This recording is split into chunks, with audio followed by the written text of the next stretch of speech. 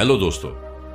जैसा कि आप जानते हैं कि मरने के बाद क्या हुआ करता है, तो आइए हम इस कहानी के माध्यम जानते हैं। कहानी को पूरा सुने, क्योंकि आधा अधूरा बात विष के समान होता है। बहुत समय पहले एक छोटे से राज्य में महाराज वीरेंद्र शासन करते थे। उनका राज्य समृद्ध था और लोग खुशहाल जीवन जी रहे थे। महाराज वीरेंद्र को अपनी शक्ति और राज्य पर बहुत घमंड था। वह सोचते थे कि उनकी सफलता और समृद्धि केवल उनकी बुद्धिमानी और कठिन परिश्रम का परिणाम है, और यही कारण था कि वे खुद को अन्य सभी से श्रेष्ठ मानते थे। उनका दिल अब अपने लोगों के लिए नहीं, बल्कि अपनी निजी इच्छाओं और भव्यता के लिए धड़कता था। राजा वीरेंद्र ने अपनी शक्ति को बढ़ाने के लिए बड़े बड़े योजनाएं बनानी शुरू की। एक दिन उन्होंने तय किया कि वह एक बहुत बड़ा और शानदार महल बनवाएंगे, ताकि उसकी शान शौकत से राज्य और भी प्रभावित हो।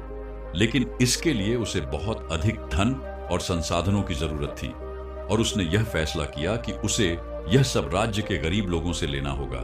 राजा ने अपनी सेना को आदेश दिया कि वे राज्य के हर एक गांव से जमीन और संपत्ति ले आएं। कई किसान और व्यापारी अपनी जमीनों से बेदखल हो गए और उनके घरों को तोड़कर महल के निर्माण के लिए सामग्री इकट्ठा की जाने लगी।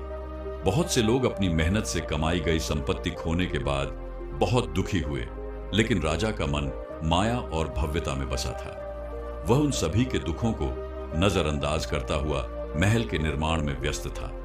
राजा के इस अत्याचार से राज्य के लोग परेशान हो गए, लेकिन किसी को भी खुलकर विरोध करने की हिम्मत नहीं थी। तभी एक दिन राज्य में एक प्रसिद्ध साधु आए, जिनका नाम श्री वल्लभ था। श्री वल्लभ बहुत ज्ञानी और योगी थे, और उनका यह विश्वास था कि हर किसी को अपने पापों का प्रायश्चित करना चाहिए। वे राजा के पास आए और उससे मिलने की इच्छा व्यक्त की। राजा ने साधु का सम्मान करते हुए उन्हें दरबार में बुलाया।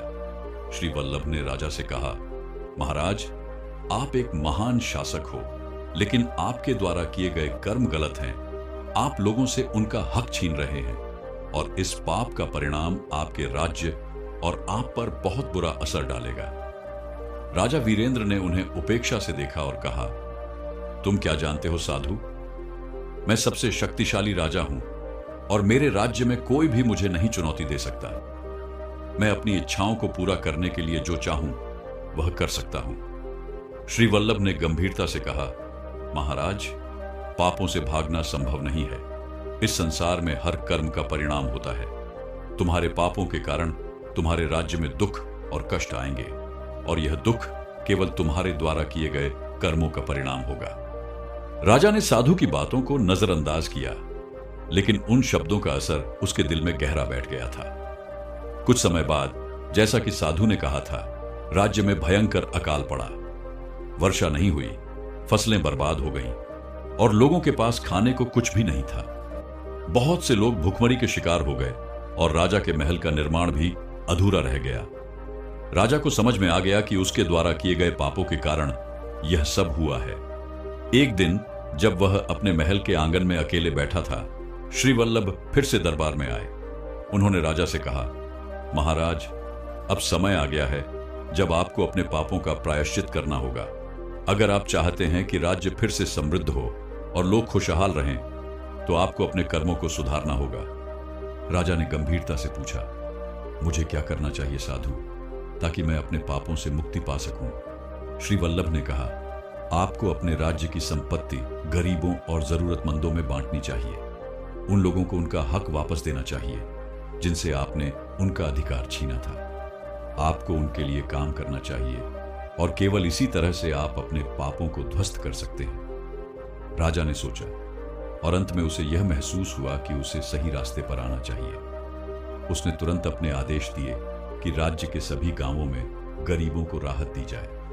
उन्होंने उन किसानों और परिवारों को उनकी जमीन और संपत्ति वापस दिलवाने का आदेश दिया जिन्हें उन्होंने जबरन उनसे छीन लिया था।